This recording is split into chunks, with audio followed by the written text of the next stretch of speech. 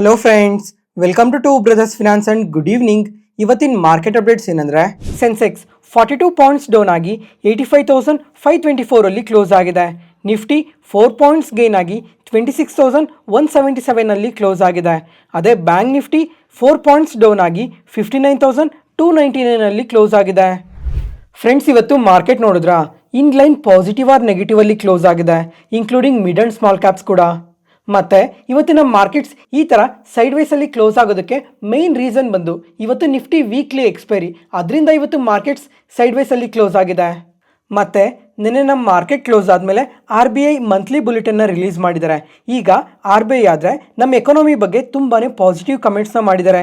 Inflation ಆದರೆ ತುಂಬಾ ಕಮ್ಮಿ ಇದೆ, GDP ತುಂಬ ಸ್ಟ್ರಾಂಗಾಗಿ ಗ್ರೋ ಆಗ್ತಾ ಇದೆ.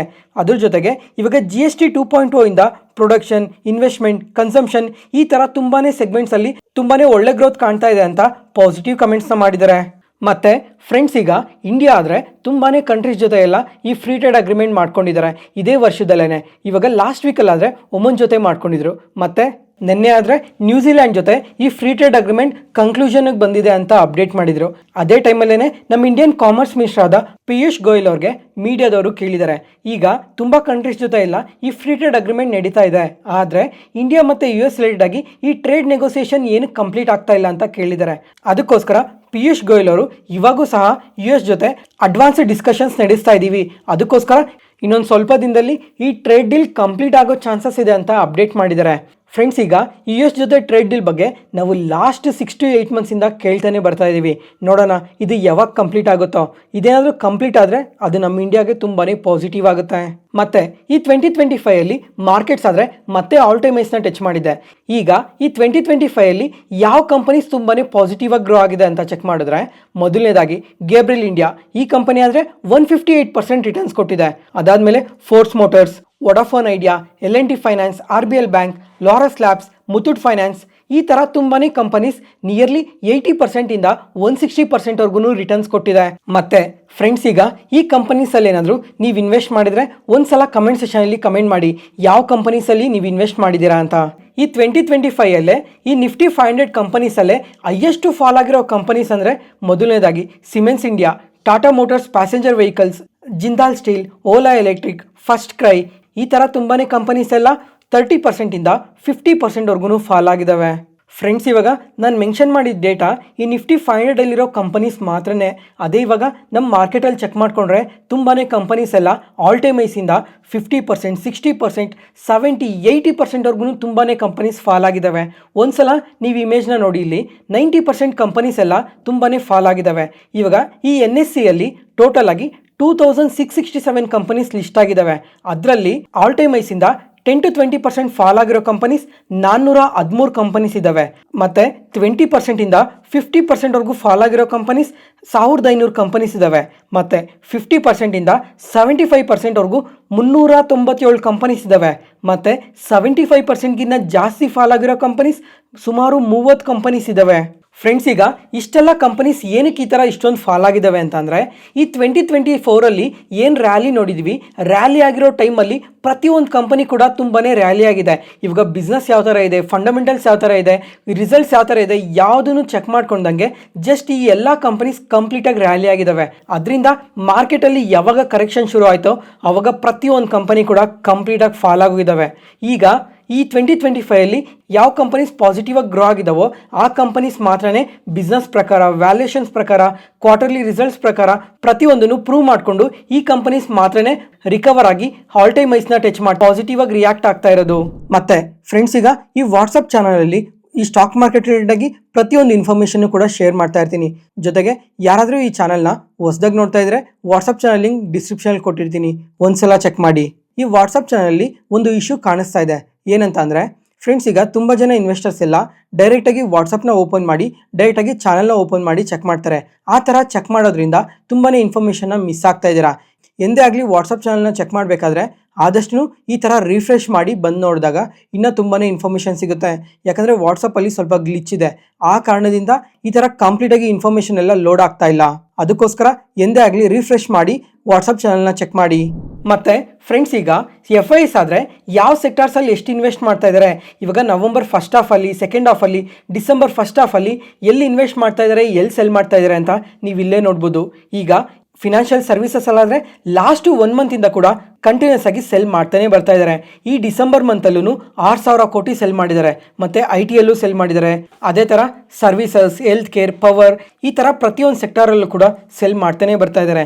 ಇವಾಗ ಯಾವ ಸೆಕ್ಟರಲ್ಲಿ ತುಂಬ ಇನ್ವೆಸ್ಟ್ ಮಾಡಿದ್ದಾರೆ ಅಂತಂದರೆ, ಒಂದು ಆಯಿಲ್ ಆ್ಯಂಡ್ ಗ್ಯಾಸ್, ಇದರಲ್ಲಾದರೆ ಪ್ರತಿ ಮಂತಲ್ಲೂ ಕೂಡ ಇನ್ವೆಸ್ಟ್ ಮಾಡಿದ್ದಾರೆ. ಅದಾದಮೇಲೆ ಈ ಮೆಟಲ್ ಆ್ಯಂಡ್ ಮೈನಿಂಗ್ ಕಂಪನೀಸಲ್ಲಿ ಇನ್ವೆಸ್ಟ್ ಮಾಡಿದ್ದಾರೆ. ಆಟೋಮೊಬೈಲ್ಸ್ ಮತ್ತು ಆಟೋ ಕಾಂಪೊನೆಂಟ್ಸಲ್ಲೂ ಕೂಡ ಇನ್ವೆಸ್ಟ್ ಮಾಡಿದ್ದಾರೆ. ಫ್ರೆಂಡ್ಸ್, ಈಗ ಈ ಥರ FIS ಯಾವಾಗ ಇನ್ವೆಸ್ಟ್ ಮಾಡಿದ್ರು ಲಾಸ್ಟ್ ಟೈಮ್ ಅಂತ ಚೆಕ್ ಮಾಡಿದ್ರೆ, ಈ ಸೆಪ್ಟೆಂಬರ್ ಮಂತಲ್ಲಿ ಅಂದರೆ GST 2.0 ಅಲ್ಲಿ ಸ್ವಲ್ಪ ಚೇಂಜಸ್ನ ತಂದ್ರಲ್ಲ, ಆ ಟೈಮಲ್ಲಿ FIS ಆದರೆ ಈ ಆಟೋ ಮತ್ತು ಆಟೋ ಕಾಂಪೊನೆಂಟ್ಸ್ ರಿಲೇಟೆಡ್ ತುಂಬಾ ಇನ್ವೆಸ್ಟ್ ಮಾಡಿದರು. ಮತ್ತು ಇವಾಗ ಡಿಸೆಂಬರ್ ಮಂತಲ್ಲಿ ಇನ್ವೆಸ್ಟ್ ಮಾಡಿದ್ದಾರೆ. ಫ್ರೆಂಡ್ಸ್, ಈಗ ಗೋಲ್ಡ್ ಆ್ಯಂಡ್ ಸಿಲ್ವರ್ ಬಗ್ಗೆ ನಾವು ತುಂಬ ಸಲನೇ ಮಾತಾಡ್ಕೊತಾನೆ ಬಂದ್ವಿ. ಈಗ ಗೋಲ್ಡ್ ಮತ್ತು ಸಿಲ್ವರ್ ಆದರೆ ಆಲ್ ಟೈಮ್ ಹೈಸಲ್ಲಿ ಟ್ರೇಡ್ ಆಗ್ತಾ ಇದೆ. ಗೋಲ್ಡ್ ಆದರೆ ಲಾಸ್ಟ್ 1 ಇಯರಲ್ಲಿ 70%ಗಿನ ಜಾಸ್ತಿನೇ ರಿಟರ್ನ್ಸ್ ಕೊಟ್ಟಿದೆ. ಮತ್ತು ಸಿಲ್ವರ್ ಆದರೆ ಅದ್ರ ಡಬಲ್ ಎಬೋವ್ 140% ರಿಟರ್ನ್ಸ್ ಕೊಟ್ಟಿದೆ. ಈಗ ಸಿಲ್ವರ್ ಬಗ್ಗೆ ನಿನ್ನೆ ಮಾರ್ಕೆಟ್ ನ್ಯೂಸಲ್ಲಿ ಮೆನ್ಷನ್ ಮಾಡಿದ್ದೆ, ಈ 2025 ಎಂಡ್ಗೆಲ್ಲ ಇನ್ನೂ 20% ಪಾಸಿಟಿವ್ ಆಗಿ ಗ್ರೋ ಆಗೋ ಚಾನ್ಸಸ್ ತುಂಬಾ ಜಾಸ್ತಿ ಇದೆ ಅಂತ. ಅದಾದಮೇಲೆ ಇವತ್ತು ಗೋಲ್ಡ್ಗೂ ಕೂಡ ತುಂಬಾ ಪಾಸಿಟಿವ್ ರೇಟಿಂಗ್ಸ್ನ ಕೊಟ್ಟಿದ್ದಾರೆ. US ಸಂಬಂಧಪಟ್ಟಿರೋ ಒಂದು ರಿಸರ್ಚ್ ಫರ್ಮ್ 2029ಗೆಲ್ಲ ಗೋಲ್ಡ್ $10,000 ಪರ್ ಔನ್ಸ್ಗೆ ರೀಚ್ ಆಗುತ್ತೆ ಅಂತ ಅಪ್ಡೇಟ್ ಮಾಡಿದ್ದಾರೆ. ಅಂದರೆ ಇವಾಗ ಸಿಂಪಲ್ ಆಗಿ ಹೇಳಬೇಕು ಅಂದರೆ 10 ಗ್ರಾಮ್ ಗೋಲ್ಡ್ 2029ಗೆಲ್ಲ 3 ಲಕ್ಷಕ್ಕೆ ರೀಚ್ ಆಗುತ್ತೆ ಅಂತ ಅಪ್ಡೇಟ್ ಮಾಡಿದ್ದಾರೆ. ಫ್ರೆಂಡ್ಸ್, ಇವಾಗ 10 ಗ್ರಾಮ್ ಗೋಲ್ಡ್ ಬಂದು ಅದು 22 ಕ್ಯಾರೆಟ್ಸ್ ಗೋಲ್ಡ್ 135,000ದಿಂದ 140,000 ಇದೆ. ಇದು 3 ಲಕ್ಷಕ್ಕೆ ಸೇರುತ್ತೆ ಅಂತ ಅಪ್ಡೇಟ್ ಮಾಡಿದ್ದಾರೆ. ನೋಡೋಣ ಕಮಿಂಗ್ ಟೈಮಲ್ಲೂ ಗೋಲ್ಡ್ ಇನ್ನೂ ಎಷ್ಟು ಪಾಸಿಟಿವ್ ಆಗಿ ಗ್ರೋ ಆಗುತ್ತೆ ಅಂತ. ಮತ್ತು ಫ್ರೆಂಡ್ಸ್, ಇವಾಗ ಗುರುವಾರ ನಮ್ಮ ಮಾರ್ಕೆಟ್ ಕ್ಲೋಸಲ್ಲಿರೋ ಕಾರಣದಿಂದ ನಾಳೆ ಸೆನ್ಸೆಕ್ಸ್ ಮಂತ್ಲಿ ಎಕ್ಸ್ಪೈರಿ ಇರುತ್ತೆ. ಅದರಿಂದ ನಾಳೆ ಕೂಡ ಮಾರ್ಕೆಟ್ ಸ್ವಲ್ಪ ವೊಲೆಟೈಲಾಗಿ ರಿಯಾಕ್ಟ್ ಆಗೋ ಚಾನ್ಸಸ್ ಜಾಸ್ತಿನೇ ಇರುತ್ತೆ. ಮತ್ತು ಫ್ರೆಂಡ್ಸ್, ಈಗ ಈ ಗೋಲ್ಡ್ ಆ್ಯಂಡ್ ಸಿಲ್ವರ್ ಬಗ್ಗೆ ನಿಮ್ಮ ಒಪಿನಿಯನ್ನ ಕೂಡ ಪ್ರತಿಯೊಬ್ಬರೂ ಕಮೆಂಟ್ ಸೆಷನಲ್ಲಿ ಕಮೆಂಟ್ ಮಾಡಿ. ಗೋಲ್ಡ್ ಆ್ಯಂಡ್ ಸಿಲ್ವರ್ ಕಮಿಂಗ್ ಟೈಮಲ್ಲೂ ಇದೇ ಥರ ಪಾಸಿಟಿವ್ ಆಗಿ ಗ್ರೋ ಆಗುತ್ತಾ ಇಲ್ವಾ ಅಂತ. ಯಾವುದೇ ಪಾಯಿಂಟಲ್ಲಿ ನಾನು ಹೇಳೋ ಇನ್ಫಾರ್ಮೇಷನ್ ನಿಮಗೆ ಯೂಸ್ಫುಲ್ ಅನಿಸಿದ್ರೆ ಈ ವಿಡಿಯೋನ ಲೈಕ್ ಮಾಡಿ. ಮತ್ತು ನಿಮ್ಮ ಫ್ರೆಂಡ್ಸಲ್ಲಿ ಯಾರಿಗಾದ್ರೂ ಸ್ಟಾಕ್ ಮಾರ್ಕೆಟ್ ಬಗ್ಗೆ ಇಂಟ್ರೆಸ್ಟ್ ಇರೋರಿಗೆ ಈ ವಿಡಿಯೋಸ್ನ ಶೇರ್ ಮಾಡಿ. Next, market key updates. First, ಇವತ್ತು IT ಇಂಡೆಕ್ಸ್ ನೋಡಿದ್ರಾ, ಎಬೋವ್ 1% ನೆಗೆಟಿವ್ ಆಗಿ ರಿಯಾಕ್ಟ್ ಆಗಿದೆ. ಮತ್ತು ಇವತ್ತು IT ಇಂಡೆಕ್ಸ್ ಸುಮಾರು 500 ಪಾಯಿಂಟ್ಸ್ ಫಾಲ್ ಆಗಿದೆ. ಅದರಲ್ಲಿ ಇನ್ಫೋಸಿಸ್ ಕಂಪನಿನೇ ನಿಯರ್ಲಿ 200 ಪಾಯಿಂಟ್ಸ್ ಕಾಂಟ್ರಿಬ್ಯೂಟ್ ಮಾಡಿದೆ. ಕೊಫೋರ್ಜ್ ಆದರೆ 100 ಪಾಯಿಂಟ್ಸ್ ಕಾಂಟ್ರಿಬ್ಯೂಟ್ ಮಾಡಿದೆ. ಫ್ರೆಂಡ್ಸ್, ಇವತ್ತು ಈ ಕೊಫೋರ್ಜ್ ಕಂಪನಿ ನೋಡಿದ್ರಾ, ಇಂಟ್ರಾಡೇ ಸೆಷನಲ್ಲಿ ಎಬೋವ್ 5% ನೆಗೆಟಿವ್ ಆಗಿ ರಿಯಾಕ್ಟ್ ಆಗಿದೆ. ಯಾಕಂದರೆ ಇವತ್ತು ಮ್ಯಾನೇಜ್ಮೆಂಟ್ ಕಡೆಯಿಂದ ಸ್ವಲ್ಪ ಅಪ್ಡೇಟ್ಸ್ ಬಂದಿದೆ. ಈಗ ಮ್ಯಾನೇಜ್ಮೆಂಟ್ ಅವ್ರು ಏನು ಹೇಳ್ತಾ ಇದ್ದಾರೆ ಅಂತ ಅಂದರೆ, ಡಿಸೆಂಬರ್ 26 ಅಂದರೆ ಈ ಶುಕ್ರವಾರ ಒಂದು ಬೋರ್ಡ್ ಮೀಟಿಂಗ್ನ ಕಂಡಕ್ಟ್ ಮಾಡ್ತಾ ಇದ್ದೀವಿ. ಆ ಬೋರ್ಡ್ ಮೀಟಿಂಗಲ್ಲಿ ಫಂಡ್ ರೈಸ್ ರಿಲೇಟೆಡ್ ಆಗಿ ಪ್ರಪೋಸಲ್ ಇದೆ ಅಂತ ಹೇಳಿದ್ದಾರೆ. ಅದಾದಮೇಲೆ ಅವತ್ತು ಸಾಯಂಕಾಲನೇ ಅನಲಿಸ್ಟ್ ಜೊತೆ ಕೂಡ ಮೀಟಿಂಗ್ನ ಕಂಡಕ್ಟ್ ಮಾಡ್ತಾ ಇದ್ದೀವಿ ಅಂತ ಎಕ್ಸ್ಚೇಂಜ್ ಫೈಲಿಂಗಲ್ಲಿ ಅಪ್ಡೇಟ್ ಮಾಡಿದ್ದಾರೆ. ಮತ್ತು ಫ್ರೆಂಡ್ಸ್, ಈಗ ಲಾಸ್ಟ್ ಟೈಮ್ ಈ ಥರ ಫಂಡ್ ರೈಸ್ ಯಾವಾಗ ಮಾಡಿದ್ರು ಅಂತ ಚೆಕ್ ಮಾಡಿದ್ರೆ 18 ಮಂತ್ಸ್ ಬ್ಯಾಕ್ ಇದೇ ಥರನೇ ಫಂಡ್ ರೈಸ್ ಮಾಡಿದ್ರು. ಅವಾಗಾದರೆ 2240 crores ರೈಸ್ ಮಾಡಿದ್ರು. ಏನಕ್ಕೋಸ್ಕರ ಅಂತ ಅಂದರೆ ಸಿಗ್ನಿಟಿ ಟೆಕ್ನಾಲಜೀಸ್ನ ಅಕ್ವೈರ್ ಮಾಡೋದಕ್ಕೋಸ್ಕರ ಅಂತ ಅಪ್ಡೇಟ್ ಮಾಡಿದರು. ಅದಾದಮೇಲೆ ಇವಾಗ ಫಂಡ್ ರೈಸ್ ಮಾಡ್ತಾ ಇದ್ದಾರೆ ಅಂತ ಅಂದರೆ ಇವಾಗ ಫ್ರೆಶ್ ಈಕ್ವಿಟಿನ ಇಶ್ಯೂ ಮಾಡಬೇಕಾಗಿರುತ್ತೆ. ಅದರಿಂದ ಇನ್ವೆಸ್ಟರ್ಸ್ ಓನರ್ಶಿಪ್ ಅನ್ನೋದು ಕಮ್ಮಿ ಆಗುತ್ತೆ. ಅದರಿಂದ ಇವತ್ತು ಸ್ವಲ್ಪ ನೆಗೆಟಿವ್ ಆಗಿ ರಿಯಾಕ್ಟ್ ಆಗಿರ್ಬೋದು. ಅದ್ರ ಜೊತೆಗೆ ಈ ಕಂಪನಿ ಹತ್ರ ಪ್ರೆಸೆಂಟ್ ಕ್ಯಾಶ್ ಫ್ಲೋಸ್ ನೋಡಿಕೊಂಡ್ರೆ ಸ್ವಲ್ಪ ಕಮ್ಮಿ ಇದೆ. ಇದರಿಂದ ಕೂಡ ಇವತ್ತು ನೆಗೆಟಿವ್ ಆಗಿ ರಿಯಾಕ್ಟ್ ಆಗಿರ್ಬೋದು. ಮತ್ತು ಫ್ರೆಂಡ್ಸ್, ಇವಾಗ ನೋಡೋಣ ಶುಕ್ರವಾರ ಬೋರ್ಡ್ ಮೀಟಿಂಗ್ ನಡೆದ ಮೇಲೆ ಇವಾಗ ಏನಕ್ಕೋಸ್ಕರ ಫಂಡ್ ರೈಸ್ ಮಾಡ್ತಾ ಇದ್ದಾರೆ ಅಂತ ಇನ್ನೂ ಕ್ಲಿಯರಾಗಿ ಗೊತ್ತಾಗುತ್ತೆ. ಅದ್ರ ಜೊತೆಗೆ ಈ ಕೊಫೋರ್ಜ್ ಕಂಪನಿ ಇದೆ, ಇವರು ಈ ಮಿಡ್ ಕ್ಯಾಪ್ ಸೆಗ್ಮೆಂಟಲ್ಲಿ ತುಂಬಾ ಸ್ಟ್ರಾಂಗಾಗಿ ಗ್ರೋ ಆಗ್ತಿರೋ ಕಂಪನಿ. ಯಾಕಂದರೆ ಪ್ರತಿ ಕ್ವಾರ್ಟರಲ್ಲೂ ಕೂಡ ಇವರು ತುಂಬಾ ಒಳ್ಳೆ ರಿಸಲ್ಟ್ಸ್ನ ಪೋಸ್ಟ್ ಮಾಡ್ತಾ ಇರ್ತಾರೆ. ಇವಾಗ ಈ ಕ್ವಾರ್ಟರ್ 2 ಅಲ್ಲಿ ನೋಡಿಕೊಂಡ್ರು ಪ್ರಾಫಿಟ್ಸ್ ಆದರೆ 76% ಇನ್ಕ್ರೀಸ್ ಆಗಿದೆ. ಕ್ವಾರ್ಟರ್ ಆನ್ ಕ್ವಾರ್ಟರ್ಲಾಗಲಿ ಅಥವಾ ಇಯರ್ ಆನ್ ಇಯರಲ್ಲಾಗಲಿ ತುಂಬಾ ಒಳ್ಳೆ ಗ್ರೋತ್ನ ಪೋಸ್ಟ್ ಮಾಡ್ತಾನೆ ಇರ್ತಾರೆ. ಅದಕ್ಕೋಸ್ಕರ ಇವಾಗ ಈ ಫಂಡ್ ರೈಸ್ ಏನಕ್ಕೋಸ್ಕರ ಮಾಡ್ತಾ ಇದ್ದಾರೆ ಅಂತ ಇನ್ನೂ ಕ್ಲಿಯರಾಗಿ ಗೊತ್ತಾದರೆ ಅದು ಈ ಕಂಪನಿಗೆ ತುಂಬಾ ಪಾಸಿಟಿವ್ ಆಗುತ್ತೆ. ನೋಡೋಣ ಈ ಶುಕ್ರವಾರ ಈ ಕಂಪನಿ ಕಡೆಯಿಂದ ಯಾವ ಥರ ಅಪ್ಡೇಟ್ಸ್ ಬರುತ್ತೆ. ಅದ್ರ ಜೊತೆಗೆ ಅನಲಿಸ್ಟ್ ಮೀಟಿಂಗಲ್ಲೂ ಕೂಡ ಅನಲಿಸ್ಟ್ ಎಲ್ಲ ಯಾವ ಥರ ಈ ಕಂಪನಿ ಬಗ್ಗೆ ಪಾಸಿಟಿವ್ ಆಗಿ ಮಾತಾಡ್ತಾರ, ನೆಗೆಟಿವ್ ಆಗಿ ಮಾತಾಡ್ತಾರ ಅಂತ ನೋಡಬೇಕಾಗಿರುತ್ತೆ. ಅದಕ್ಕೋಸ್ಕರ ಈ ಶುಕ್ರವಾರ ಮತ್ತು ಸೋಮವಾರ ಈ ಕಂಪನಿನ ಸ್ವಲ್ಪ ಕಾನ್ಸಂಟ್ರೇಟ್ ಮಾಡಿ ನೋಡೋಣ ಯಾವ ಥರ ಅಪ್ಡೇಟ್ಸ್ ಬರ್ತವೆ ಅಂತ. ಅದ್ರ ಜೊತೆಗೆ ಇವತ್ತು ತುಂಬಾ ಐ ಟಿ ಕಂಪನೀಸ್ ಕೂಡ ಸ್ವಲ್ಪ ನೆಗೆಟಿವ್ ಆಗಿ ರಿಯಾಕ್ಟ್ ಆಗಿದ್ದಾವೆ. ಯಾಕಂದರೆ ಇವಾಗ ಲಾಸ್ಟ್ 4 ಡೇಸಿಂದ ಕೂಡ ಈ ಐ ಟಿ ಇಂಡೆಕ್ಸ್ ತುಂಬಾ ಪಾಸಿಟಿವ್ ಆಗಿ ರಿಯಾಕ್ಟ್ ಆಗಿದ್ವು. ಅಂದರೆ ಈ ಐ ಟಿ ಕಂಪನೀಸ್ ಎಲ್ಲ ಮಲ್ಟಿಪಲ್ ಪಾಸಿಟಿವ್ ಅಪ್ಡೇಟ್ಸಿಂದ ಪಾಸಿಟಿವ್ ಆಗಿ ರಿಯಾಕ್ಟ್ ಆಗಿದ್ವು. ಆದರೆ ಇವತ್ತು ಸ್ವಲ್ಪ ಈ ಕಂಪನೀಸಲ್ಲಿ ಪ್ರಾಫಿಟ್ ಬುಕ್ಕಿಂಗ್ ಕೂಡ ನಡೆದಿರ್ಬೋದು, ಅದರಿಂದ ಈ ಥರ ನೆಗೆಟಿವ್ ಆಗಿ ರಿಯಾಕ್ಟ್ ಆಗಿದ್ದಾವೆ. ಪೂರ್ವಾಂಕರ ಈ ಕಂಪನಿ ಆದರೆ ಇವತ್ತು ಇಂಟ್ರಾಡೇ ಸೆಷನಲ್ಲಿ 12% ಪಾಸಿಟಿವ್ ಆಗಿ ರಿಯಾಕ್ಟ್ ಆಗಿದೆ. ಯಾಕಂದರೆ ಇವತ್ತು ಈ ಕಂಪನಿ ಮ್ಯಾನೇಜ್ಮೆಂಟ್ ಏನು ಹೇಳ್ತಾ ಇದ್ದಾರೆ ಅಂತಂದರೆ, ಬೆಂಗಳೂರು ಸರೌಂಡಿಂಗ್ಸಲ್ಲಿ 53 ಎಕರೆ ಲ್ಯಾಂಡ್ನ ಅಕ್ವೈರ್ ಮಾಡಿದ್ದೀವಿ. ಇದು ಟೋಟಲ್ ಗ್ರಾಸ್ ಡೆವಲಪ್ಮೆಂಟ್ ವ್ಯಾಲ್ಯೂ ಬಂದು 4800 crores ಅಂತ ಅಪ್ಡೇಟ್ ಮಾಡಿದ್ದಾರೆ. ಅದರಿಂದನೇ ಈ ಥರ ಪಾಸಿಟಿವ್ ಆಗಿ ರಿಯಾಕ್ಟ್ ಆಗಿರೋದು. ಬೆಲ್ರೈಸ್ ಇಂಡಸ್ಟ್ರೀಸ್ ಈ ಕಂಪನಿ ಆದರೆ ಇವತ್ತು ಇಂಟ್ರಾಡೇ ಸೆಷನಲ್ಲಿ ಅಬೌಟ್ 10% ಪಾಸಿಟಿವ್ ಆಗಿ ರಿಯಾಕ್ಟ್ ಆಗಿದೆ. ಮತ್ತು ಫ್ರೆಂಡ್ಸ್ ಇವಾಗ ಇವರಾದರೆ ಈ 2 ವೀಲರ್ಸ್ಗೆ 4 ವೀಲರ್ಸ್ಗೆ ಮತ್ತು ಕಮರ್ಷಿಯಲ್ ವೆಹಿಕಲ್ಸ್ಗೆ ಸ್ವಲ್ಪ ಕಾಂಪೊನೆಂಟ್ಸ್ನ ಮ್ಯಾನುಫ್ಯಾಕ್ಚರ್ ಮಾಡಿ ಸಪ್ಲೈ ಮಾಡ್ತಾರೆ. ಅದ್ರ ಜೊತೆಗೆ ಇವರು ಡಿಫೆನ್ಸ್ ಸೆಗ್ಮೆಂಟ್ಗೂ ಕೂಡ ಎಂಟರ್ ಆಗ್ತಾ ಇದೀವಿ ಅಂತ ಅಪ್ಡೇಟ್ ಮಾಡಿದರು. ಇವಾಗ ಈ ಡಿಫೆನ್ಸ್ ಸೆಗ್ಮೆಂಟಲ್ಲೂ ಕೂಡ ತುಂಬಾ ಪಾಸಿಟಿವ್ ಗ್ರೋತ್ ಇರುತ್ತೆ ಅಂತಲೇ ಮೆನ್ಷನ್ ಮಾಡ್ತಾ ಇದ್ದಾರೆ.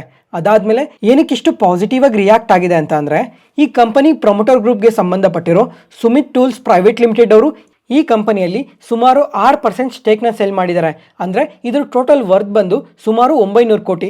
ಫ್ರೆಂಡ್ಸ್ ಇವಾಗ ನೀವು ಕೇಳ್ಬೋದು, ಈ ಥರ ಪ್ರೊಮೋಟರ್ ಸ್ಟೇಕ್ನ ಸೆಲ್ ಮಾಡ್ತಾ ಇದ್ದಾರೆ ಅಂದರೆ ಅದು ಕಂಪನೀಸ್ಗೆ ನೆಗೆಟಿವ್ ಆಗುತ್ತಲ್ವಾ, ಮತ್ತು ಇವತ್ತೇನಕ್ಕೆ ಈ ಕಂಪನಿ ಇಷ್ಟು ಪಾಸಿಟಿವ್ ಆಗಿ ರಿಯಾಕ್ಟ್ ಆಗಿದೆ ಅಂತ ಅದಕ್ಕೂ ಕೂಡ ಎಕ್ಸ್ಪ್ಲೈನ್ ಮಾಡ್ತೀನಿ ನೋಡಿ. ಈಗ ಈ ಕಂಪನಿ ಪ್ರೊಮೋಟರ್ ಹೋಲ್ಡಿಂಗ್ ಚೆಕ್ ಮಾಡಿಕೊಂಡ್ರೆ ಸುಮಾರು 73% ಸ್ಟೇಕ್ನ ಪ್ರೊಮೋಟರ್ಸೇ ಹೋಲ್ಡ್ ಮಾಡ್ತಾ ಇದ್ದಾರೆ. ಫ್ರೆಂಡ್ಸ್ ಈಗ ಎಂದೇ ಆಗಲಿ ಯಾವುದೇ ಕಂಪನಿಯಲ್ಲಾಗಲಿ ಪ್ರೊಮೋಟರ್ಸ್ ಮಿನಿಮಮ್ 75% ಸ್ಟೇಕ್ವರೆಗೂ ಹೋಲ್ಡ್ ಮಾಡಬೇಕಾಗಿರುತ್ತೆ. ಅದಕ್ಕಿಂತ ಜಾಸ್ತಿ ಹೋಲ್ಡ್ ಮಾಡಬಾರ್ದು ಸೆಬಿ ಗೈಡೆನ್ಸ್ ಪ್ರಕಾರ. ಜೊತೆಗೆ ಇವಾಗ ಈ ಕಂಪನಿ ಆದರೆ ಕಮಿಂಗ್ ಟೈಮಲ್ಲಿ ಅಕ್ವಿಸಿಷನ್ಸ್ ನಡೆಯುತ್ತೆ ಅಂತ ಕೂಡ ಅಪ್ಡೇಟ್ ಮಾಡಿದ್ದಾರೆ. ಇವಾಗ ಅಕ್ವಿಸಿಷನ್ಸ್ ಮಾಡಬೇಕು ಅಂತ ಅಂದರೆ ಇವಾಗ ಪ್ರೊಮೋಟರ್ ಹೋಲ್ಡಿಂಗ್ ತುಂಬಾ ಜಾಸ್ತಿ ಆಗೋಗುತ್ತೆ. ಅದಕ್ಕೋಸ್ಕರ ಇವಾಗ ಸ್ವಲ್ಪ ಸ್ಟೇಕ್ನ ಕಮ್ಮಿ ಮಾಡ್ಕೊತಾ ಇದ್ದೀವಿ ಅಂತ ಮ್ಯಾನೇಜ್ಮೆಂಟ್ ಅವರು ಅಪ್ಡೇಟ್ ಮಾಡಿದ್ದಾರೆ. ಅದಕ್ಕೋಸ್ಕರ ಇದೇನು ದೊಡ್ಡ ನೆಗೆಟಿವ್ ಡೇಟಾ ಏನಲ್ಲ, ಅದರಿಂದನೇ ಇವತ್ತು ಪಾಸಿಟಿವ್ ಆಗಿ ರಿಯಾಕ್ಟ್ ಆಗಿರೋದು. ನೆಕ್ಸ್ಟ್ ಅದಾದಮೇಲೆ 2ನೇ ದಿನ ಇವತ್ತು ಸಹ ಈ ರೈಲ್ವೆ ಕಂಪನೀಸ್ ನೋಡಿದ್ರ ತುಂಬಾ ಪಾಸಿಟಿವ್ ಆಗಿ ರಿಯಾಕ್ಟ್ ಆಗಿದ್ದಾವೆ. ಯಾಕಂದರೆ 50 ಡೇಸ್ ಒಳಗಡೆ ಇವಾಗ ಬಜೆಟ್ ಬರ್ತಾ ಇದೆ. ಆ ಬಜೆಟಲ್ಲಿ ಈ ರೈಲ್ವೇಸ್ ರಿಲೇಟೆಡ್ ಆಗಿ ಕೇಪೆಕ್ಸ್ನ ಇನ್ಕ್ರೀಸ್ ಮಾಡೋ ಚಾನ್ಸಸ್ ಇದೆ ಅಂತ ತುಂಬಾ ಪಾಸಿಟಿವ್ ಸೆಂಟಿಮೆಂಟಿಂದನೇ ಇವಾಗ ರೈಲ್ವೆ ಕಂಪನೀಸ್ ಎಲ್ಲ ಈ ಥರ ಪಾಸಿಟಿವ್ ಆಗಿ ರಿಯಾಕ್ಟ್ ಆಗ್ತಾ ಇರೋದು. ಇವತ್ತು ನೋಡ್ಕೊಂಡ್ರು Ircon, IRFC, RVNL, Jupiter wagons, IRCTC, RailTel ಈ ಥರ ಪ್ರತಿಯೊಂದು ಕಂಪನಿ ನೋಡಿಕೊಂಡ್ರು 1 to 2% ಪಾಸಿಟಿವ್ ಆಗಿ ರಿಯಾಕ್ಟ್ ಆಗಿದ್ದಾವೆ. ನೋಡೋಣ ಈ ಕಂಪನೀಸ್ ಎಲ್ಲ ಇನ್ನೂ ಎಷ್ಟು ಪಾಸಿಟಿವ್ ಆಗಿ ರಿಯಾಕ್ಟ್ ಆಗ್ತವೆ ನೆಕ್ಸ್ಟ್ 50 ಡೇಸಲ್ಲಿ ಅಂತ. ಅದ್ರ ಜೊತೆಗೆ ಇವಾಗ ಈ ಎಲ್ಲ ಕಂಪನೀಸ್ ಈ 2025 ನೋಡಿಕೊಂಡ್ರೆ ತುಂಬಾ ಫಾಲ್ ಆಗಿರೋ ಕಂಪನೀಸೇ. ಆಲ್ ಟೈಮ್ ಐಸಿಂದ ಚೆಕ್ ಮಾಡಿದ್ರೆ ಪ್ರತಿಯೊಂದು ಕಂಪನಿ ಕೂಡ 30 to 40% ಫಾಲ್ ಆಗಿದ್ದಾವೆ. ನೋಡೋಣ ಈ 50 ಡೇಸಲ್ಲಿ ಇನ್ನೂ ಎಷ್ಟು ಪಾಸಿಟಿವ್ ಆಗಿ ರಿಯಾಕ್ಟ್ ಆಗ್ತವೆ ಅಂತ. ಅದ್ರ ಜೊತೆಗೆ ಈ ಜುಪಿಟರ್ ವೇಗನ್ಸ್ ಆದರೆ ಇವತ್ತು ಸಹ ಈ ನಿಯರ್ಲಿ 13% ಪಾಸಿಟಿವ್ ಆಗಿ ರಿಯಾಕ್ಟ್ ಆಗಿದೆ. ನಿನ್ನೆನೇ ಮೆನ್ಷನ್ ಮಾಡಿದ್ದೆ ಈ ಕಂಪನಿಯಲ್ಲಿ ಪ್ರಮೋಟರ್ ಅವರು ಸ್ವಲ್ಪ ಸ್ಟೇಕ್ನ ಬೈ ಮಾಡಿದ್ದಾರೆ ಅಂತ. ಆ ಪಾಸಿಟಿವ್ ಸೆಂಟಿಮೆಂಟಿಂದನೇ ಇವತ್ತು ಸಹ ಪಾಸಿಟಿವ್ ಆಗಿ ರಿಯಾಕ್ಟ್ ಆಗಿದೆ. ಅದಾದಮೇಲೆ ರೈಟ್ಸ್ ಈ ಕಂಪನಿ ಆದರೂ ಇವತ್ತು 8% ಪಾಸಿಟಿವ್ ಆಗಿ ರಿಯಾಕ್ಟ್ ಆಗಿದೆ. ಯಾಕಂದರೆ ಸೌತ್ ಆಫ್ರಿಕಾಯಿಂದ ನಿಯರ್ಲಿ 300 crores ಆರ್ಡರ್ ಬಂದಿದೆ. ಲೋಕೋಮೋಟಿವ್ಸ್ನ ಸಪ್ಲೈ ಮಾಡೋದಕ್ಕೋಸ್ಕರ ಈ ಆರ್ಡರ್ ಬಂದಿರೋದು. ಫ್ರೆಂಡ್ಸ್ ಇವಾಗ ಈ ರೈಲ್ವೇಸ್ ಬಗ್ಗೆ ನನ್ನ ಒಪಿನಿಯನ್ನ ಶೇರ್ ಮಾಡ್ತೀನಿ ನೋಡಿ. ಇವಾಗ ನಮ್ಮ ಮಾರ್ಕೆಟ್ ಏನೋ ಲಾಸ್ಟ್ 2 ಡೇಸಿಂದ ಸ್ವಲ್ಪ ಪಾಸಿಟಿವ್ ಆಗಿ ರಿಯಾಕ್ಟ್ ಆಗ್ತಾ ಇದೆ. ಅದರಿಂದ ಈ ರೈಲ್ವೆ ಕಂಪನೀಸ್ ಅಲ್ಲೆಲ್ಲ ಟ್ರೇಡರ್ಸ್ ಎಲ್ಲ ತುಂಬಾನೇ ಸ್ಟ್ರಾಂಗ್ ವಾಲ್ಯೂಮ್ಸ್ ಅಲ್ಲಿ ಬೈ ಮಾಡ್ತಾ ಇದ್ದಾರೆ. ಅದರಿಂದ ಈ ರೈಲ್ವೆ ಕಂಪನೀಸ್ ಪಾಸಿಟಿವ್ ಆಗಿ ರಿಯಾಕ್ಟ್ ಆಗ್ತಾ ಇರೋದು.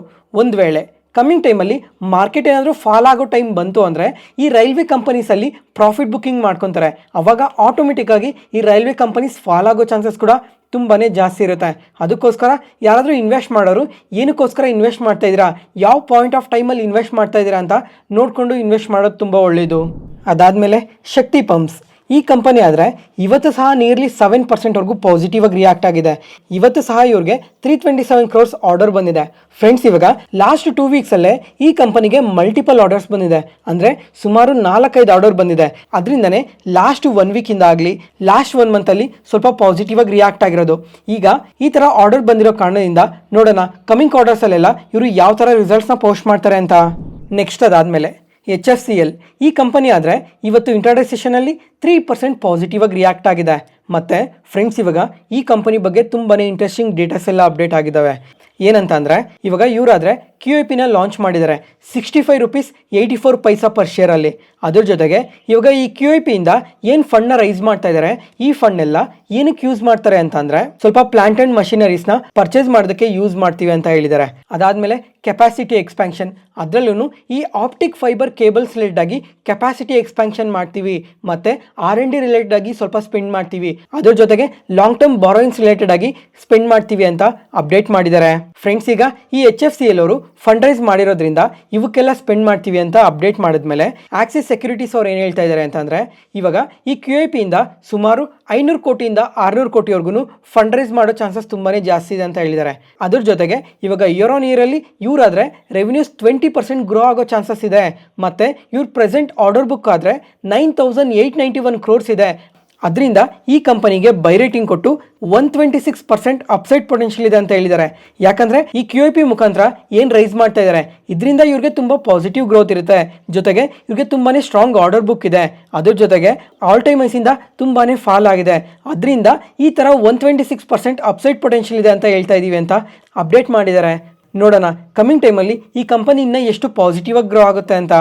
ಮತ್ತೆ ಫ್ರೆಂಡ್ಸ್, ಇವಾಗ ಅನಲಿಸ್ಟ್ ಏನೋ 126% ಪಾಸಿಟಿವ್ ಆಗಿ ಗ್ರೋ ಆಗುತ್ತೆ ಅಂತ ಹೇಳಿದಾರಲ್ವಾ, ಅದರಿಂದ ಈ ಕಂಪನಿಯಲ್ಲಿ ಇವಾಗ ಇನ್ವೆಸ್ಟ್ ಮಾಡಿದ್ರೆ ತುಂಬಾ ಪಾಸಿಟಿವ್ ಆಗಿ ಗ್ರೋ ಆಗುತ್ತೆ ಅಂತ ಯಾವುದೇ ಕಾರಣಕ್ಕೂ ಇನ್ವೆಸ್ಟ್ ಮಾಡಬಾರ್ದು.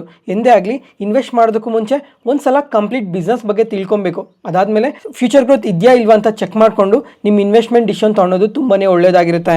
ನೆಕ್ಸ್ಟ್ ಅದಾದಮೇಲೆ GPT ಇನ್ಫ್ರಾ ಈ ಕಂಪನಿ ಆದರೆ ಇವತ್ತು 6% ಪಾಸಿಟಿವ್ ಆಗಿ ರಿಯಾಕ್ಟ್ ಆಗಿದೆ. ಯಾಕಂದರೆ NHAI ಅಂದರೆ ನ್ಯಾಷನಲ್ ಹೈವೇ ಅಥಾರಿಟಿ ಆಫ್ ಇಂಡಿಯಾದವರು ಅನೌನ್ಸ್ ಮಾಡಿರೋ ಒಂದು ಪ್ರಾಜೆಕ್ಟಲ್ಲಿ ಇವರು L1 ಬಿಡರ್ ಆಗಿ ಸೆಲೆಕ್ಟ್ ಆಗಿದ್ದಾರೆ. ಅದರಿಂದನೇ ಈ ಥರ ಪಾಸಿಟಿವ್ ಆಗಿ ರಿಯಾಕ್ಟ್ ಆಗಿರೋದು. ಈ ಟೋಟಲ್ ಪ್ರಾಜೆಕ್ಟ್ ವರ್ತ್ ಬಂದು 670 ಕ್ರೋರ್ಸ್ ಅಂತ ಎಕ್ಸ್ಚೇಂಜ್ ಫೈಲಿಂಗಲ್ಲಿ ಅಪ್ಡೇಟ್ ಮಾಡಿದ್ದಾರೆ. ನೆಕ್ಸ್ಟ್ ಅದಾದಮೇಲೆ ಆಂಥೋನಿ ವೇಸ್ಟ್ ಈ ಕಂಪನಿ ಬಗ್ಗೆ ಲಾಸ್ಟ್ ವೀಕಲ್ಲೂ ಮಾತಾಡ್ಕೊಂಡಿದ್ವಿ. ಅವತ್ತಾದರೆ ನಿಯರ್ಲಿ 15%ವರೆಗೂ ಪಾಸಿಟಿವ್ ಆಗಿ ರಿಯಾಕ್ಟ್ ಆಗಿತ್ತು. ಮತ್ತು ಇವತ್ತಾದರೆ ನಿಯರ್ಲಿ 10%ವರೆಗೂ ಪಾಸಿಟಿವ್ ಆಗಿ ರಿಯಾಕ್ಟ್ ಆಗಿದೆ. ಯಾಕಂದರೆ ಇವತ್ತಾದರೆ ಮಹಾರಾಷ್ಟ್ರದಿಂದ ಇನ್ನೊಂದು ಆರ್ಡರ್ ಬಂದಿದೆ ಸುಮಾರು 329 ಕೋಟಿದು.